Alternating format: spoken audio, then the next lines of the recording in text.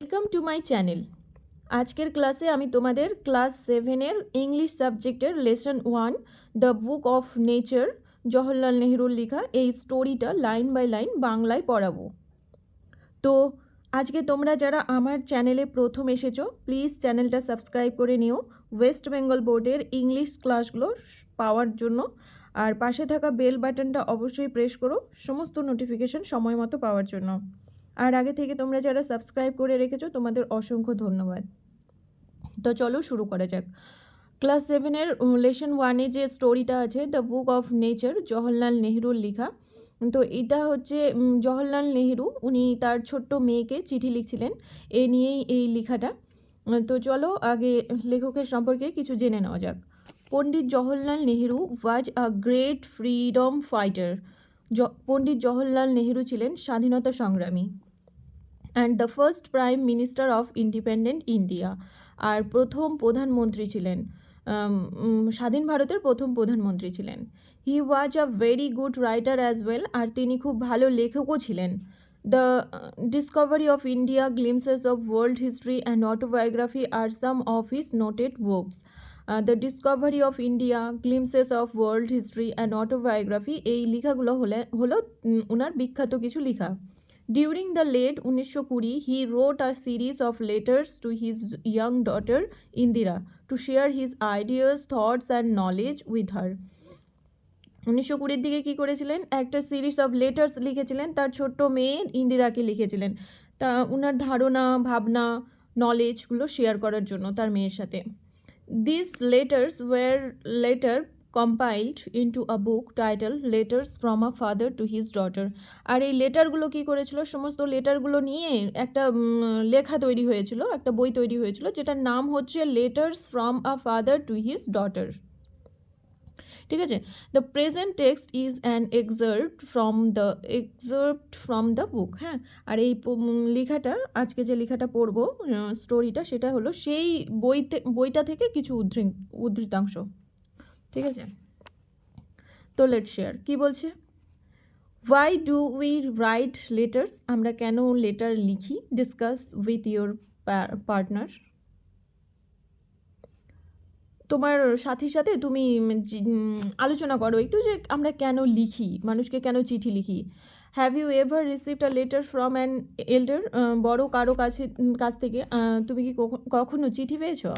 Ask your partner if she had written a letter to anyone before, আর যে তোমার সাথে আছে এখন সঙ্গী তাকে জিজ্ঞেস করো যে তোমার বন্ধু বা বান্ধবী জিজ্ঞেস করো সে কাউকে চিঠি লিখেছে কিনা। তাহলে কি বলছে, ইউনিট 1টা আজকে পড়ব। ইউনিট 1-এ কী বলছে, মনে রাখবে এটা একটা লেটার, ঠিক আছে, বাবা তার মেয়েকে লিখছে। When you and I are together, যখন তুমি আর আমি একসাথে থাকি। ইউ অফেন আস্ক মি, তুমি আমাকে প্রায়ই জিজ্ঞেস করতে কোয়েশ্চেন্স, প্রশ্ন। কী নিয়ে প্রশ্ন, অ্যাবাউট ম্যানি থিংস, বিভিন্ন জিনিস নিয়ে। And I try to answer them, আর আমি সেগুলোকে উত্তর দেওয়ার চেষ্টা করতাম। নাও এখন, that you are at Mussoorie, আর এখন তুমি মুসৌরিতে আছো। And I am in Allahabad, আর আমি আছি এলাহাবাদ। তার মানে কি, বাবা মেয়ে এক জায়গায় নেই, সেই জন্যই চিঠি লেখা হচ্ছে। মেয়ে আছে মুসৌরিতে আর বাবা আছে Allahabad. We cannot have this talks, আমরা কথাও বলতে পারি না। I am therefore going to write to you from time to time short accounts of the story of our earth and the many countries, great and small, into which it is divided. কি বলছে দেখো, তোমাদের বইয়ে দেখো কিন্তু, ঠিক আছে। I am therefore going to write, আমি যার ফলে তোমাকে লিখতে যাচ্ছি। ফ্রম টাইম টু টাইম, আমি সময়ে সময়ে তোমাকে লিখছি। কি লিখছি, short accounts of the story of our earth, আমাদের পৃথিবীর যে বিভিন্ন রকম ইভেন্টস, ডেসক্রিপশন, বর্ণনা, সেই জিনিসগুলো আমি তোমাকে লিখছি time to time. And the many countries, আর বিভিন্ন দেশ সম্পর্কে, গ্রেট অ্যান্ড স্মল, বড় ছোট, into which it is divided. মানে বিভিন্ন দেশ সম্পর্কে আমি তোমাকে লিখছি, তারপর আমরা যে দেশে বসবাস করি সেই দেশ সম্পর্কে তোমাকে লিখছি, ঠিক আছে। You have read a little about English history. তুমি পড়েছো, আর লিটল খুবই অল্পই পড়েছো, অ্যাবাউট ইংলিশ হিস্ট্রি, ইংলিশের ইতিহাস নিয়ে তুমি খুব অল্পই পড়েছো। অ্যান্ড ইন্ডিয়ান হিস্ট্রি নিয়ে। But England is only a little island, কিন্তু একটা ছোট্ট উপদ্বীপ। And India though a big country, আর ইন্ডিয়া যদিও একটা বড় দেশ, is only a small part of the earth surface, কিন্তু এই পুরো পৃথিবীর খুব অল্পটুকুই অংশ। এখানে বলছে ইংল্যান্ড ছোট্ট একটা আইল্যান্ড, আর ইন্ডিয়া এত বড় কান্ট্রি, তারপরেও এই পুরো পৃথিবীর সামান্য একটু অংশ মাত্র। If we want to know something about the story of this world of ours, we must think of all the countries and all the peoples that have inhabited it. কি বলছে?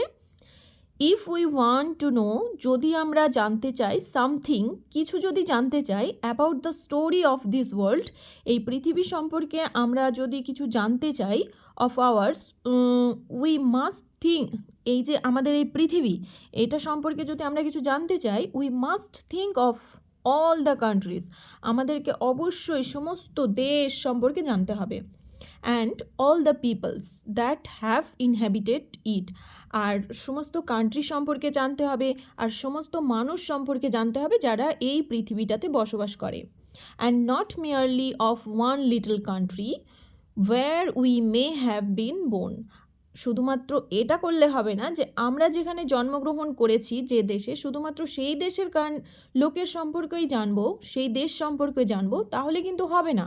মানে আমাদের দেশ সম্পর্কে তো জানতে হবেই, আমাদের দেশের মানুষ সম্পর্কে তো জানতে হবেই, তার সাথে পুরো ওয়ার্ল্ড সম্পর্কে জানতে হবে এবং পুরো ওয়ার্ল্ডের মানুষ সম্পর্কে জানতে হবে। তারপরে প্যারাতে কি বলছে? আই অ্যাম অ্যাফ্রেড, আমি ভয় পাচ্ছি, I can only tell you very little in this letters of mine, আমি খুব ভয় পাচ্ছি যে আমি হয়তো খুব অল্পই তোমাকে কিছু জানাতে পারবো, এই চিঠিটাতে সব কিছু তো বলা সম্ভব না, অল্পই কিছু জানাতে পারবো। But that little I hope will interest you, কিন্তু দ্যাট লিটল, সেই অল্পটাই, আই হোপ, আমি আশা করি, উইল ইন্টারেস্ট ইউ, তোমাকে খুব আগ্রহী করে তুলবে, এটা খুব আনন্দ দিবে তোমাকে। And make you think of the world as a whole, আর এই পৃথিবীটাকে মানে মানে সার্বিকভাবে বোঝাতে সাহায্য করবে।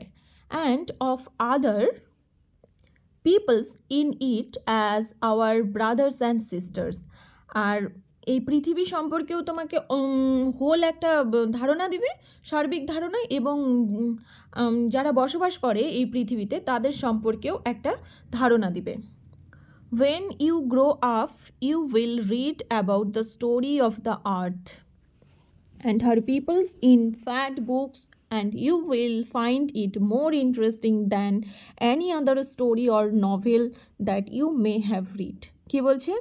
When you grow up, যখন তুমি বড় হবে, you will read, তুমি পড়বে, about the story of the earth, পৃথিবীর স্টোরি, গল্প সম্পর্কে পড়বে, and her peoples, আর তার মানুষজন সম্পর্কে পড়বে, ইন ফ্যাট বুকস, বড় বড় মোটা মোটা বইয়ে পড়বে, অ্যান্ড ইউ উইল ফাইন্ড, আর তুমি তখন দেখবে, ইট মোর ইন্টারেস্টিং, এটা কিন্তু অনেক বেশি ইন্টারেস্টিং, অনেক বেশি সুন্দর, ভালো লাগবে তোমাকে, দেন, যে any other story or novel, আর যে কোনো স্টোরি বা নভেলের থেকে তোমাকে এই যে দেশ সম্পর্কে জানতে এবং দেশের মানুষ সম্পর্কে জানতে তোমাকে বেশি ভালো লাগবে, that you may have read, যেগুলো তুমি পড়ছো, যে নভেলগুলো, যে স্টোরিগুলো, সেই নভেলের থেকে তোমাকে তোমার দেশ সম্পর্কে, তোমার পৃথিবী সম্পর্কে এবং পৃথিবীর মানুষ সম্পর্কে জানতে, পড়তে বেশি ভালো লাগবে, বেশি আগ্রহী থাকবে তুমি। তুমি জানো, অফকোর্স, অবশ্যই জানো, that our earth is very very old. তুমি জানো, অবশ্যই জানো, আমাদের পৃথিবী কিন্তু অনেক অনেক অনেক পুরনো। Millions and millions of years old, লক্ষ লক্ষ বছর পুরনো। And for a long long time there were no man or women living in it. আর অনেক কাল থেকে এখানে কোনো মানুষ মানে বসবাস করতো না। ম্যান অর ওমেন মানে ছেলে মানুষও বসবাস করতো না, মেয়ে মানুষও বসবাস করতো না, কোনো মানুষই বসবাস করতো না। Before the man came there were only animals. আর এই মানুষ আসার আগে শুধুমাত্র অ্যানিমালসরা ছিল, মানে জীবজন্তুরা ছিল।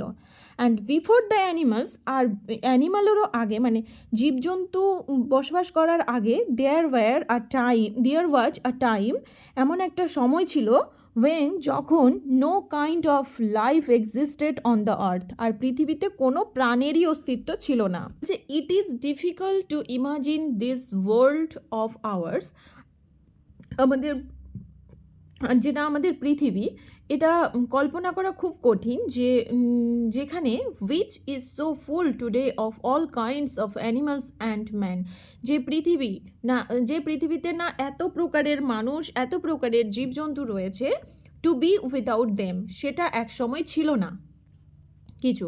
But scientist and those who have studied, বিজ্ঞানীরা যারা পড়াশুনো করেছে পৃথিবী নিয়ে, and thought a great deal about this matters, এই যে ব্যাপারটা নিয়ে, এগুলো নিয়ে রিসার্চ করেছে এবং টেল আস, আমাদেরকে জানিয়েছে, দ্যাট যে দেয়ার ওয়াজ আ টাইম, এমন একটা সময় ছিল, ওয়েন, যখন the earth was too hot, পৃথিবী প্রচুর গরম ছিল, for any living being to live on it, মানুষের বেঁচে থাকার জন্য এই পৃথিবীটা একটা সুইটেবল প্লেস ছিল না, এটা প্রচুর গরম ছিল। যেমন শুক্র আমাদের প্রচুর গরম, সেখানে কোনো বসবাস করতে পারে না কোনো প্রাণী, সেরকম আমাদেরও পৃথিবী একটা সময় প্রচুর হট ছিল, যেখানে মানুষ বসবাস করতে পারবে না, মানুষ বা কোনো জন্তু বসবাস করতে পারবে না। And if we read their books, আর আমরা যদি সেই বিজ্ঞানীদের বইগুলো পড়াশুনো করি, অ্যান্ড স্টাডি দ্য রকস, আর পাথর নিয়ে পড়াশুনো করি, অ্যান্ড দ্য ফসিলস, জীবাশ্ম নিয়ে পড়াশুনো করি। এখানে ফসিলস মানে কি, the remains of old animals, জীবজন্তু, আগেকার জীবজন্তুগুলো পাথর চাপা পড়ে যে অবশিষ্ট অংশ থেকে গেছে, সেটাকেই বলা হচ্ছে ফসিলস, মানে জীবাশ্ম। We can ourself see that this must have been so. আমরা যদি পড়াশুনো করি বিভিন্ন বই, আমরা যদি পাথর নিয়ে পড়াশুনো করি, ফসিলস নিয়ে পড়াশুনো করি, জীবাশ্ম নিয়ে, তাহলে আমরা জানতে পারবো যে সত্যিই এরকম ছিল একটা সময়। ঠিক আছে, তো ইউনিট 1 শেষ করলাম, আমি কালকে ইউনিট 2 পড়িয়ে দিব। তো ধন্যবাদ।